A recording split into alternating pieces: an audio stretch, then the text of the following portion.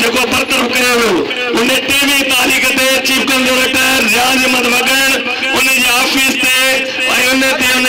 Staff से हमलो कयो इनके गिरफ्तार करने जे लाइ असां हिकु थी आहियूं। असां हाई कोर्ट पाकिस्तान वज़ीर आज़म सभी मुतालबो था करूं ते मुराद बंबरे के गिरफ्तार कयो वञे। मुराद बंबरे के मुराद बंबरे के मुराद बंबरे के मुराद बंबरे के मुराद बंबरे के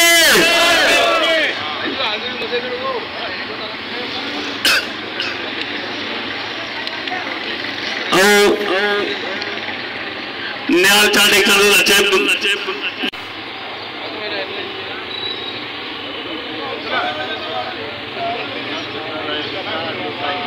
अस्सलाम वालेकुम। जी असा तमाम इन डिपार्टमेंट के मुलाजमन जो शुक्रगुजार आयूँ।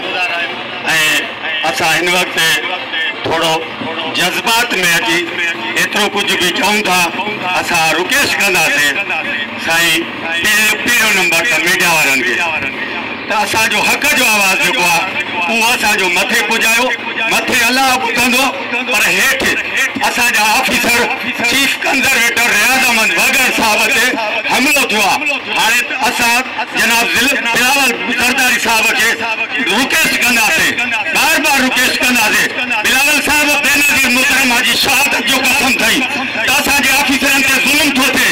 या त तव्हां ॿुधायो जनाब मुराद अली शाह साहब ऐं जनाब असांजो चीफ जस्टिस हाई कोर्ट असां रिक्वेस्ट कंदासीं त नाजाइज़ असांजे ऑफिसरनि ते हमला था थियनि नाजाइज़ उन्हनि जी इंसल्ट कई थी वञे उन्हनि जी ऑफिसुनि ते उन्हनि जे घरनि ते हमला धमकियूं या त तव्हां ॿुधायो त उहो डिपार्टमेंट बंदि कई वञे। जेकॾहिं ऑफिसर कानूनी ऐं हू शराफ़त सां पंहिंजी इंक्वायरियूं रखी करे उनखे ॾुहारी करार करे डिसमिस कयो आहे उनजे बदिले में असांजे ऑफिसर खे छा थो मिले उहे पूरे पाकिस्तान खे ख़बर आहे। उहो हिकिड़ो कारकुन हिन कंहिं प्लेटफॉर्म ते अची 5 माण्हू गॾु थो करे इन जो मतिलबु आहे त को 5 माण्हू गॾु करे कंहिं ऑफिसर जी इंसल्ट करे त उनजो को पाकिस्तान में ॾाढ फराद आहे या न आहे।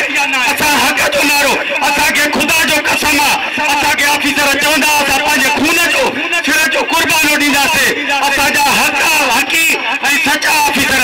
असां उन्हनि ते पंहिंजे सिर जी कुर्बानी ॾींदासीं। अगरि असांखे कॾहिं बि कोई बि ऑफिसर न चयो आहे न ॾियनि मां पाण नंढो मुलाज़िम आहे कॾहिं बि असांखे मां कसम खणी थो चवां त को वन वठ आयो को इनक्रोचमेंट कयो हिन साल में इनक्रोचमेंट कई आहे बंदरे उनजे खिलाफ़ कानूनी कदम खयो आहे उन ऑफिस ते हमला कया ऑफिसरनि ते हमला कया असां मीडिया वारनि खे हथ ॿधी रिक्वेस्ट कंदासीं त जनाब चीफ जस्टिस जनाब वज़ीर आला सिंध जनाब बिलावल भुट्टे साहब खे इहा रिक्वेस्ट कंदासीं त हिन ज़ालिम जे खिलाफ़ फौरन कदम खयो वञे ऐं आइंदा लाइ माना जेको मीडिया ते अची सोशल मीडिया ते अची किसी कंहिं ऑफिसर इंसल्ट करे उन लाइ को पाकिस्तान में कानून आहे या न आहे। असां गुज़ारिश कंदासीं वज़ीर